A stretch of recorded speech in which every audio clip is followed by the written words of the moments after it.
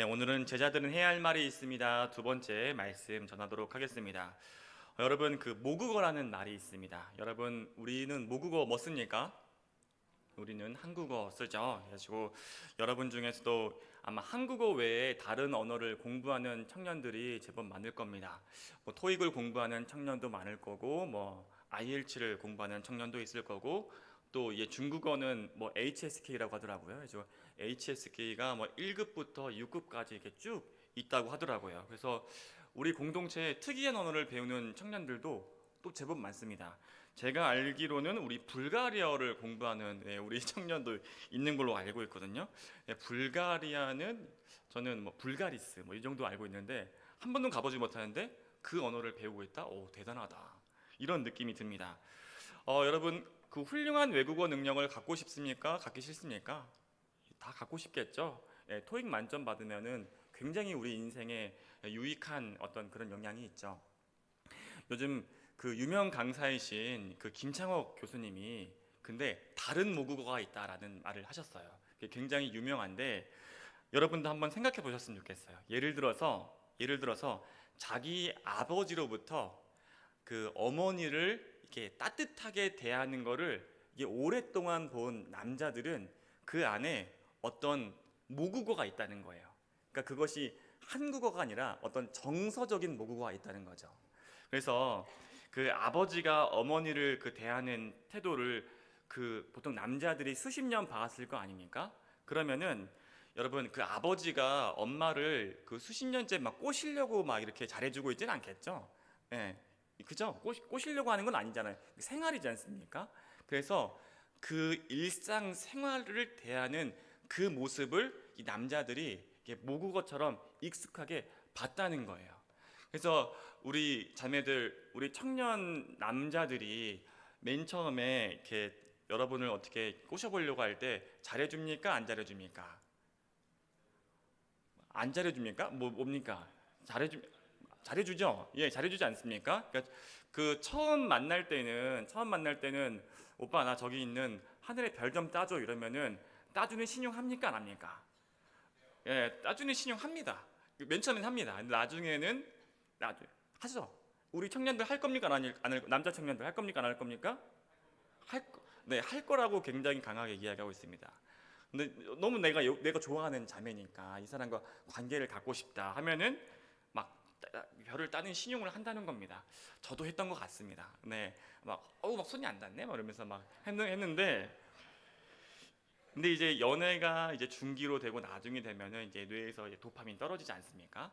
그러면은 그때는 이 별을 따줘 이러면은 무슨 말이야 하면서 다 저 주인 있는 거야 못 따 뭐 이렇게 하면서 그냥 막 넘기잖아요.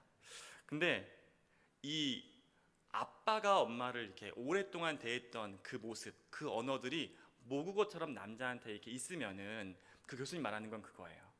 그게 이제 묻어 있다는 거예요. 그 언어에 기본적인 언어로. 그래서 그 남성이 이 도파민이 떨어졌을 때, 그래서 진짜 모습을 보게 됐을 때, 그때 자매들한테 굉장히 친절할 가능성이 높다.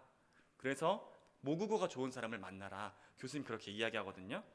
제가 근데 실제로 우리 청년들을 대할 때 이 말이 맞는 것 같습니다. 우리 청년들 중에서도 특별히 예의가 바른 청년들이 있습니다. 그래가지고 이 청년은 참 드물게 예의가 바르다 하면은 보통 엄마 아빠가 예의가 바르신 경우가 많습니다. 그리고 이 우리 교회에서 청년들 중에서 이렇게 재밌는 청년들이 있습니다. 진짜 웃기는 청년, 좀 치는데 이런 느낌 드는 청년들이 있거든요. 그래서 겉으로는 굉장히 나이스하게 목사님 뭐 그러십니까? 이렇게 저러십니까? 해도 한 번 할 때 진짜 웃긴 청년들이 있거든요. 그래가지고 제가 웃기다 이렇게 하면서 어떻게 웃길까? 근데 제가 보니까 데이터가 보통 그런 청년들이 엄마가 웃긴 경우가 많더라고요. 네, 그리고 어머니가 재밌으시냐면 우리 엄마 진짜 웃기다. 그러니까 그게 엄마의 유머 감각이 이 모국어처럼 이게 묻어 있는 청년들이 있더라고요. 그래서 그런 청년들이 굉장히 재밌는 걸 제가 봤습니다. 여러분 그 토익 나 만점이야 굉장히 경쟁력 있죠.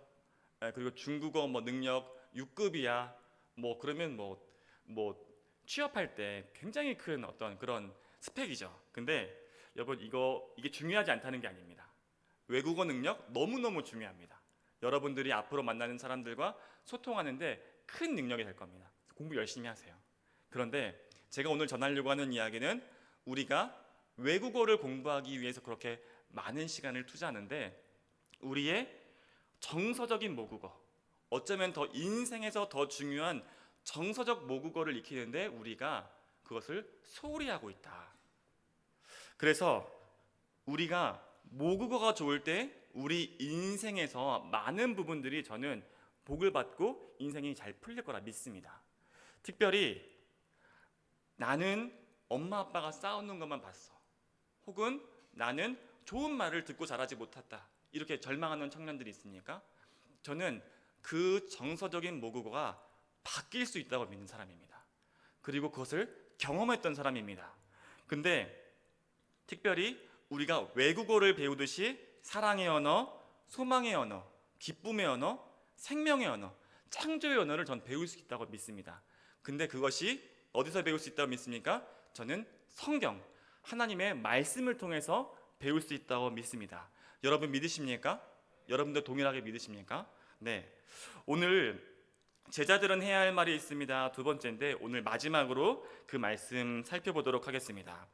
오늘 이 사도행전 2장 말씀을 좀 보려면은 조금 설명을 해야 됩니다. 좀 지루할 수 있는데 여러분이 그냥 지식 쌓는다 생각하고 한번 들어보셨으면 좋겠어요.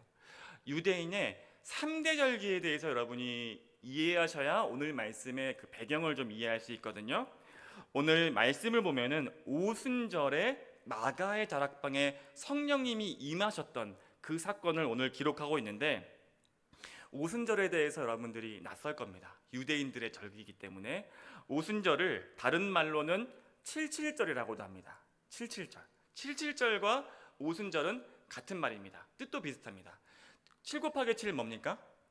49죠. 예, 그러니까 오순절은 50. 그러니까 50, 49 이거는 그러니까 만으로 우리 나이 세면 한 살 왔다 갔다 하잖아요. 그것처럼 이 하루 정도 왔다 갔다 하는 거고 실제는 50일, 49일 뭐 이런 차이입니다. 그러니까 6월절 후에 50일이 지나면 오순절, 혹은 뭐 49일 만으로 하면은 49일 하면은 이제 칠칠절 이렇게 부르고 있는 것입니다. 그래서 유대인들의 3대 절기가 있습니다. 유대인들의 3대 절기가 6월절, 그 다음이 네, 자 한번 오늘 굉장히 중요한 날이니까 그 날이 이 오순절, 다 알고 계시죠? 그 다음이 초막절. 이 세 가지가 유대의 어떤 3대 절기였습니다. 이 유대인들이 바벨론 포로기 때부터 해서 많이 이렇게 열방이 흩어져 있었고 돌아오지 않은 유대인들도 많았습니다. 그래서 그들이 온 지역에 이렇게 흩어져서 살았습니다. 근데 이걸 디아스포라 유대인이라고 하는데 이 디아스포라 유대인들이 예루살렘 성전으로 돌아오는 때가 있었습니다. 그때가 언제겠습니까? 유대인의 3대 절기. 외워볼까요? 첫 번째가 6월절, 두 번째가 오순절, 그리고 세 번째가 초막절. 맞습니다. 그래가지고 바쁘니까 다는 못 돌아왔겠지만 그래도 6월절은 꼭 돌아오려고 노력을 했고, 그리고 한 달 뒤가 칠칠절이니까 그때라도 돌아오려고 했고, 초막절은 보통 잘 안 돌아오는 경우가 많았습니다. 실제로는 그랬습니다.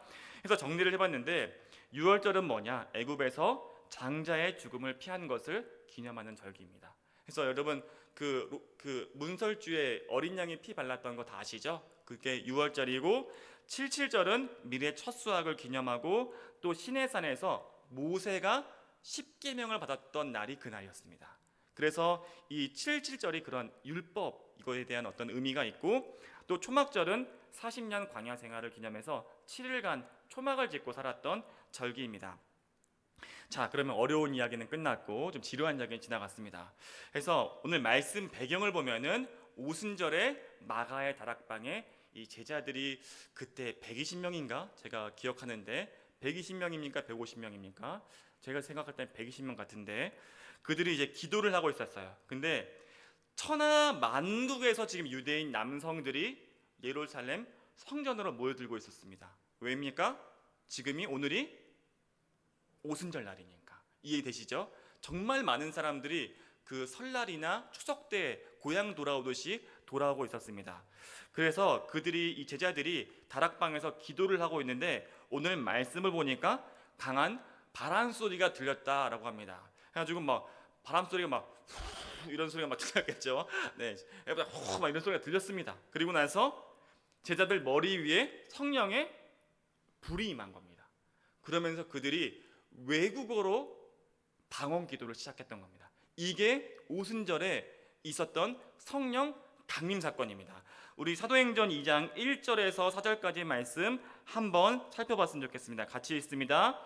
오순절 날이 이미 이름에 그들이 다 같이 한 곳에 모였더니 호련히 하늘로부터 급하고 강한 바람 같은 소리가 있어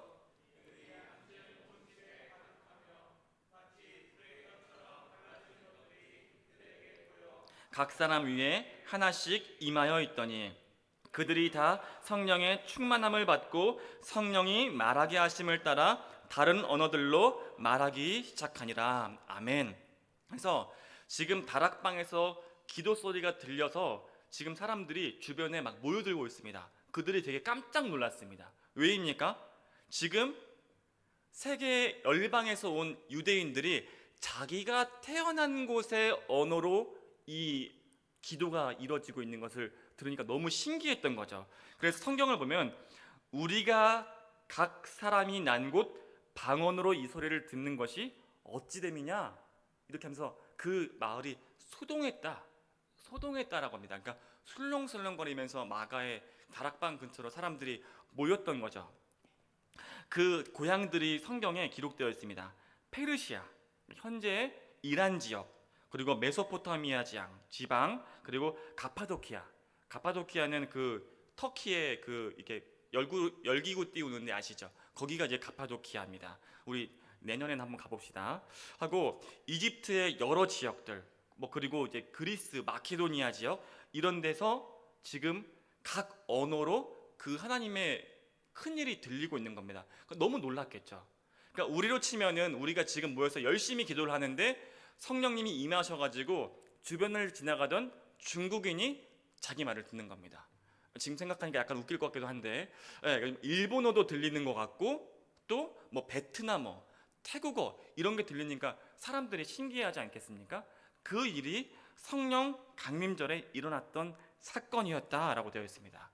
여러분들이 오늘 사도행전 2장 말씀을 믿는지 솔직히 모르겠습니다.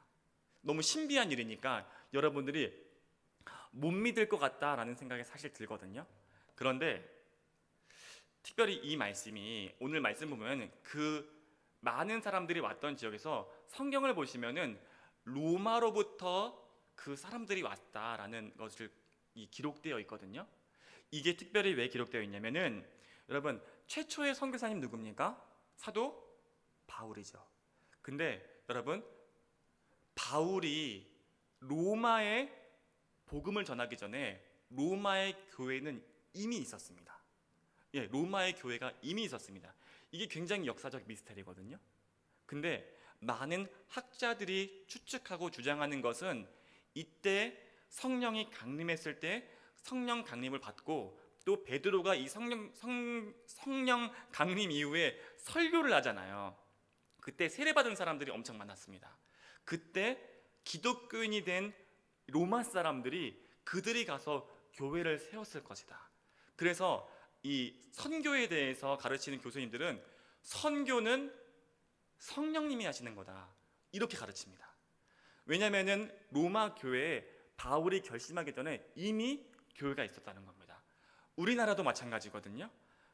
우리나라도 선교사님이 들어오기 전부터 성경이 있었습니다. 그 복음이 있었습니다. 그 신비가 이날 있었다는 것입니다. 그래서 저 때는 이 사도행전 2장 말씀을 설교를 엄청 많이 들었습니다. 그래서 목사님들이 이 설교하면서 오늘 우리 청년들 다 방언 받자. 오늘 구원받는 사람들은 다 방언 받는 거다 하면서 막 정말 뜨겁게 기도했습니다. 근데 저는 사실 잘 안 됐어요. 방언은 잘 안 됐는데 뜨겁게 기도하자. 그래서 고민도 많이 했습니다. 그래가지고 정말 그렇게 기도를 많이 했습니다. 근데 제가 이 말씀을 묵상하면서 새로운 내용들이 좀 보이더라고요. 그러니까 저 때에는 한국 교회가 이 사도행전 2장에 어떤 걸 주목했냐면 외국어로 기도하는 초자연적인 신비를 이게 강조했습니다. 신기하잖아요. 그러면서 그런 간증들도 제가 들었거든요. 그런데 시간이 지나면서 말씀의 본래 의미가 좀 다가오더라고요. 4절이랑 11절 말씀 우리가 한번 살펴봤으면 좋겠는데 4절 말씀입니다. 보시고 한번 읽어보겠습니다. 그들이 다 성령의 충만함을 받고 성령이 말하게 하심을 따라 다른 언어들로 말하기를 시작하니라. 지금 다른 언어가 나와 있죠? 11절 말씀 보겠습니다. 11절 말씀 함께 읽습니다. 그레데인과 아라비아인들이라 우리가 다 우리의 각 언어로 하나님의 큰 일을 말함을 듣는도다 하고. 자, 여기서 다른 언어, 그러니까 여기서 보시면은 우리의 각 언어, 지금 왠지 표면적으로 볼 때는 그 외국어 같습니다. 그렇죠? 외국어 같습니다. 저도 그렇게 배웠고. 근데 제가 깊이 묵상을 하니까 오늘 11절 말씀을 좀 계속해서 띄워주시겠습니까? 그 중에서 각 언어로 뭘 들었습니까? 뭘 들었습니까? 하나님의 큰 일을 들었다는 겁니다. 이 말씀이 저한테 새롭게 와닿더라고요. 그러니까 그들이 외국어로 기도하기 시작했지만 근데 그들이 완전히 새로운 언어, 하나님의 큰 일을 말하기 시작했다. 아까 전에 그 예화로 하면은 그들의 정서적 모국어가 변화하는 사건이 그날 일어났다. 그래서 그렇구나. 이 오순절날에 그들이 그냥 외국어로만 기도한 것이 아니라 완전히 자신의 존재가 변화되는 새로운 언어가 시작되었구나. 이거를 제가 깨달을 수가 있었어요. 특별히 사도행전 2장에 언어에 대한 암시가 굉장히 많습니다. 아까 전에 그 제자들한테 뭐가 임했습니까, 여러분? 뭐가 임했습니까? 성령의 불이 임했죠. 근데 여러분 3절 말씀을 자세히 한번 살펴보세요. 3절 말씀을 자세히 살펴보면 불이 임하긴 임했는데 어떤 모양이었습니까? 불의 혀처럼 임했다. 그러니까 혀라는 거는 언어에 대한 이 상징이죠. 그러니까 그들이 하나님의 불을 받은 건 맞는데 그래서 특별히 언어가 불의 모국어가 바뀌게 되는 사건을 지금 사도행전 2장에서 계속해서 말해주고 있는 겁니다. 그래서 그렇구나. 저는 정리했습니다. 이들이 외국 방언을 시작했지만 사실은 더 큰 거는 인간의 말에서 하나님의 말을 제자들이 배우기 시작했구나. 저는 이걸 보면서 굉장히 우리한테 시사하는 바가 크다고 합니다. 그들 제자들이 해야 할 말을 배웠다는 겁니다. 우리 오늘 설교의 제목이기도 하죠. 여러분, 하나님의 언어를 배운다는 것은 우리가 영어를 배우는 것처럼 어떤 정보를 이해하는 것은 아닙니다. 여러분 오해 없으셨으면 좋겠습니다. 그러니까 하나님의 말을 배운다는 것은 믿음의 영역입니다. 믿음의 언어를 배우는 겁니다. 제가 예를 한번 들어볼게요. 여러분 혹시 제가 설교 중에 여러분들이 혹시 마음에 어려움이 있냐, 어떤 인생에 풀리지 않는 걱정이 있냐, 2년만 뜨겁게 예배해라. 2년이면 우리의 존재가 드라마틱하게 변화될 수 있다. 예배를 최선을 다해서 드린다면은 그럴 수 있다. 혹시 기억하십니까? 예, 기억하십니까? 네, 한 두 분 정도 기억하는 것 같은데 좋습니다. 네, 그러면은 그렇게 뜨겁게 전심으로 예배를 드린다는 게 무엇이냐? 사실 그거는 하나님의 말을 우리가 배운다는 겁니다. 내 안에 정서적 모국어를 하나님의 말로 바꾼다는 뜻입니다. 예를 들어 볼게요.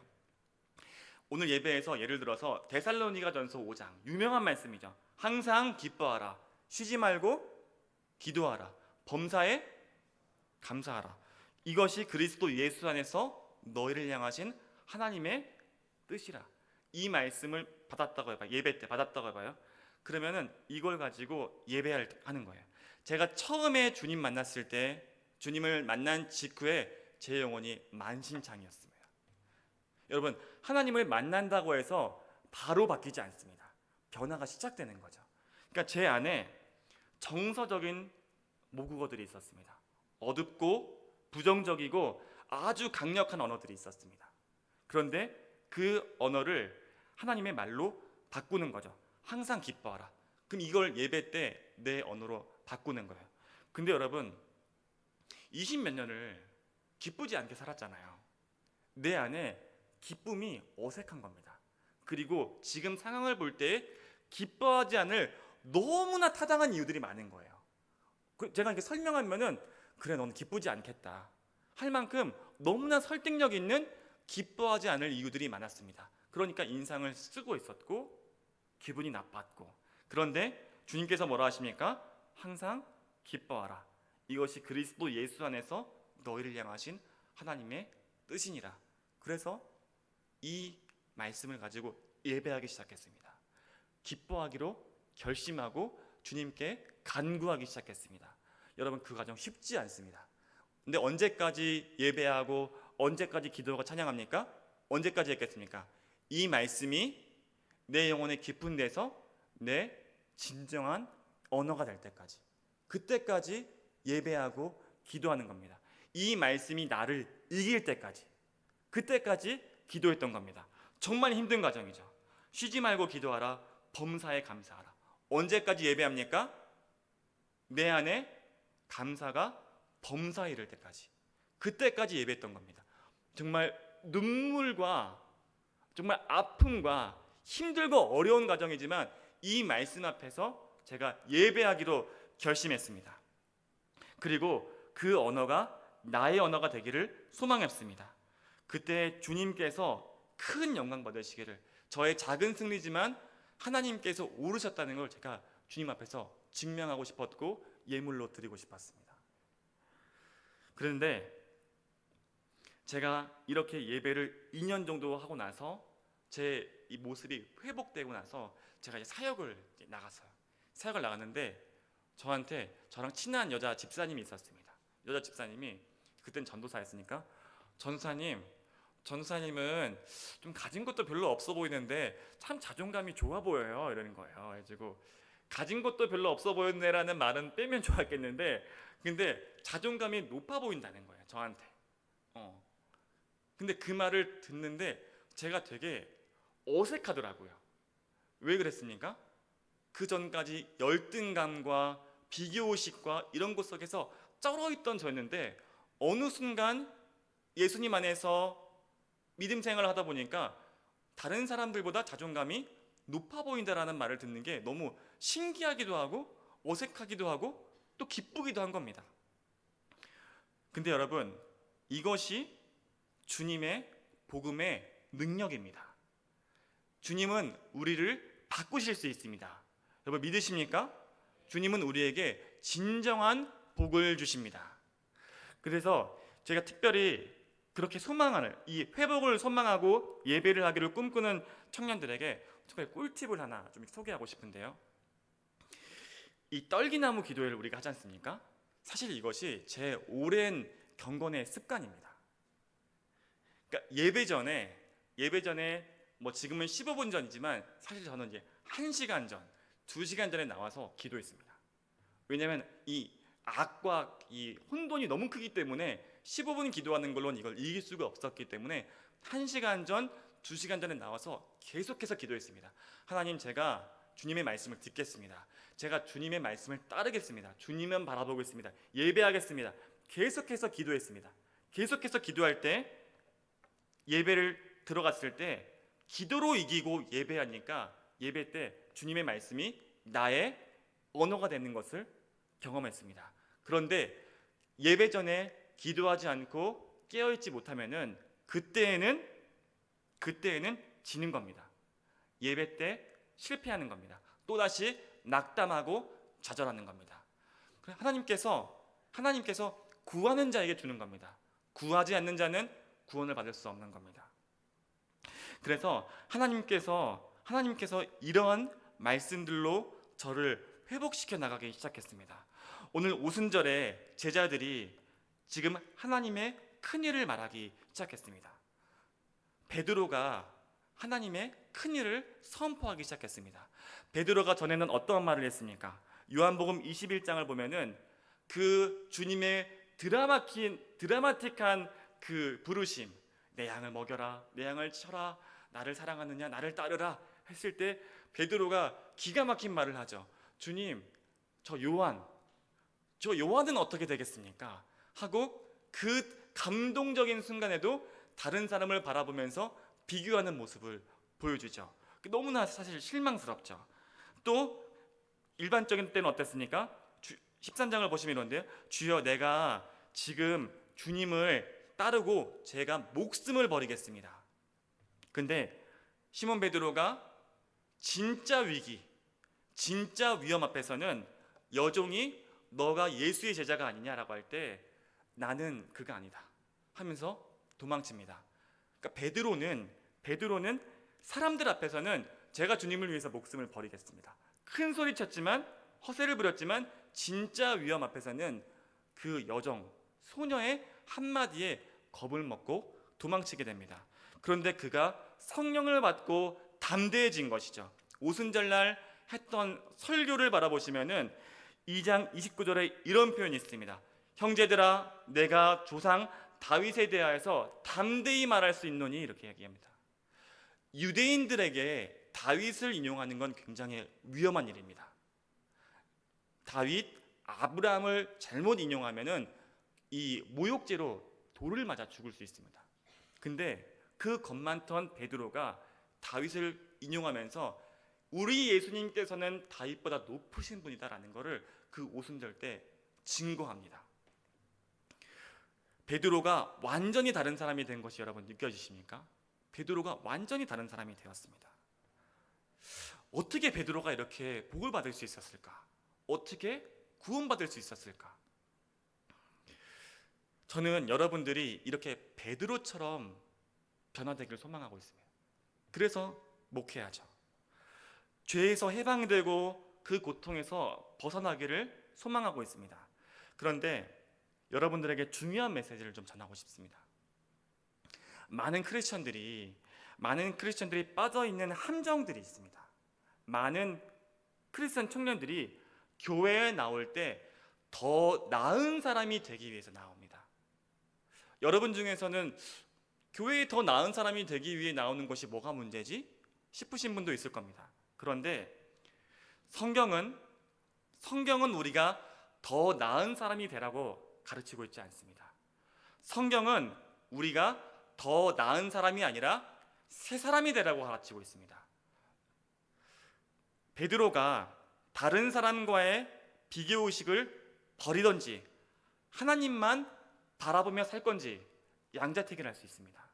여러분, 베드로가 다른 사람을 바라보면서 하나님을 바라볼 수는 없다는 말을 하고 있는 겁니다. 제자들이 예수님을 따른다고 했을 때 그들이 어떻게 했습니까? 여러분, 제자들이 비교의식을 버리지 않고 예수님을 따를 때 그들이 어떠했습니까? 실제로 그들은 예수님을 따른다고 했지만 예수님을 수단으로 다른 사람보다 내가 높아지기만을 구했습니다. 그리고 인생의 가장 큰 위기 앞에서 진실을 직면해야 했을 때 제자들이 다 주님을 부정했습니다. 부인했습니다. 인생의 위기에서는 우리의 가장 깊은 곳에 있는 모국어가 나올 수밖에 없습니다. 그렇다면은 여러분, 우리 안에 우리를 구원하지 못할 그 말들, 그 오염되어 있는 정서적인 모국어를 먼저 버려야 됩니다. 그렇지 않고서 하나님의 말을 배울 수 없는 겁니다. 여러분, 오늘 하나님의 말을 배운다는 말씀을 전하고 있는데 여러분 안에 그 구원받지 못한 언어를 버리지 않는다면은 여러분, 절대 여러분이 그 하나님의 말을 배울 수 없습니다. 여러분이 더 나은 사람이 되는 것은 불가능한 겁니다. 그 말을 버리고 새 사람이 되어야 하는 것입니다. 여러분, 우리가 회개 없이 하나님을 바라보겠다? 그것은 복음의 메시지와 완전히 다릅니다. 복음은 회개하라, 하나님의 나라가 가까이 왔다, 이렇게 가르칩니다. 너가 회개한다면 그 나라가 너의 것이다. 그 나라의 능력이 너의 것이다. 지금 그 부정적인 그 정서적인 모국어를 버리고 하나님의 말씀을 받아들여라, 회개하라, 이렇게 가르치고 있습니다. 근데 많은 크리스천 청년들이 실패하는 이유가 무엇입니까? 많은 크리스천 청년들이 신앙생활을 평생 하지만 능력이 없는 이유가 무엇입니까? 나를 부인하지 않은 채로 예수님을 따르려 하기 때문입니다. 내가 그렇게 하면 더 나은 사람이 될 수 있다, 이렇게 믿고 있기 때문입니다. 그러나 사실 나를 부인하지 않으면서 주님을 따르겠다, 이거는 내가 주인이고 주님을 수단 삼아서 내가 좀 더 나은 사람이 되겠다, 이런 겁니다. 그렇게는 하나님 말을 배울 수가 없습니다. 베드로가 인간의 용기로 이 고난과 박해를 이겨낼 수 없습니다. 근데 베드로는 여러분 사도행전 2장에서 더 용기 있는 사람이 된 것이 아닙니다. 그러니까 더 나은 사람이 된 것이 아닙니다. 베드로는 성령을 받고 새 사람이 된 겁니다. 여러분 이것을 특별히 잘 분별하셨으면 좋겠는데, 베드로가 지금 사람을 보는 것이 아니라 하나님을 바라보게 된 겁니다. 그러니까 베드로는 지금 더 용기 있어진 것이 아닙니다. 지금 사명을 알았기 때문에 용기 있어진 겁니다. 새로운 사람이 된 겁니다. 그래서 여러분이 더 나은 사람이 될 수 있다, 나를 버리지 않고 더 나은 사람이 될 수 있다는 그 착각을 버려야 됩니다. 여러분이 지금 모습 그대로 살아갈 것인지, 아니면 새 사람이 되어서 복음의 능력을 힘입을 것인지 여러분이 결정해야 됩니다. 여러분이 예배에 왔고 그리고 오늘 주의 말씀 앞에 있다면은 여러분이 나를 사랑하는 마음이 전 있다고 확신합니다. 저는 여러분들 그렇게 나를 사랑하는 마음이 있다고 믿거든요. 그러면 여러분들이 여러분을 소중하게 생각하는 마음을 좀 생각하면서 오늘 이 복음의 메시지를 진지하게 좀 받아들였으면 좋겠습니다. 여러분 정말 변화가 있습니까? 정말 능력이 있고 죄에서 구원을 받는 해방이 있습니까? 저 여러분들한테 진지하게 물어보고 싶습니다. 거룩한 삶을 살기로 결정하지 않고 새로운 사람이 되기로 결심하지 않으면은 여러분 능력은 없습니다. 여러분이 성령님께 도움을 달라고 좀 요청했으면 좋겠습니다. 만약 그것이 정말 힘드시면은 진지하게 오늘 기도할 터인데 그때 성령 하나님 좀 도와주십시오 라고 요청했으면 좋겠습니다. 여러분이 제자들이 오늘 배웠던 이 새로운 말은 새로운 영, 예수님만이 주라고 고백하는 영을 받았기 때문에 가능했던 겁니다. 예수님이 주라고, 나의 주라고 고백하는 그 사람들을 우리는 제자라고 부릅니다. 그래서 동어반복인 말일 수도 있지만 제자들이 해야 할 말은 여러분 제자가 되어야만 할 수 있습니다. 예수님이 나의 유일한 주시라고 고백할 수 있어야 그 말들을 할 수 있습니다. 오늘 성령님의 마음 제자의 길이라는 말씀 주제를 나누고 있는데 여러분들한테 정말 중요한 질문을 던지고 싶습니다. 여러분은 내 인생의 주인 예수님만이 나의 주님이시라고 고백하는 제자이십니까? 여러분 마음에 진지하게 물어봤으면 좋겠습니다. 혹시 목사님 저는 예수님을 주라고 고백합니다. 그런데 어떤 영역들은 잘 안 됩니다. 혹시 그 마음을 한번 분별해 봤으면 좋겠습니다. 정말 내 인생의 주인이 예수님이신데 아직 힘이 부족해서 그 영역들이 안 된다면 오늘 기도할 때 그것들을 들어주실 거예요. 근데 여러분 마음속에 영악하게도 재정, 관계, 자존심, 어떤 영역들은 사실은 전혀 예수님을 주님으로 받아들이고 싶지 않은 마음이 있다면은 여러분 사실 그거는 내가 주인이고 예수님을 수단으로 삼아서 내가 더 낫게 되려고 제자들처럼 예수님을 이용하는 거짓 신앙생활에 불과합니다. 우리가 한번 찬양하고 또 기도할 터인데 우리가 뜨겁게 예배했으면 좋겠습니다. 다시 한번 주님의 말씀을 통해서 진짜 예배를, 진짜 기도를 시작했으면 좋겠습니다. 우리 함께 찬양했으면 좋겠는데요. 우리가 그 제자됨을 위해서, 정결한 삶을 위해서 함께 정결한 마음 주시옵소서 전심으로 찬양하고 우리가 함께 기도하며 나아가겠습니다.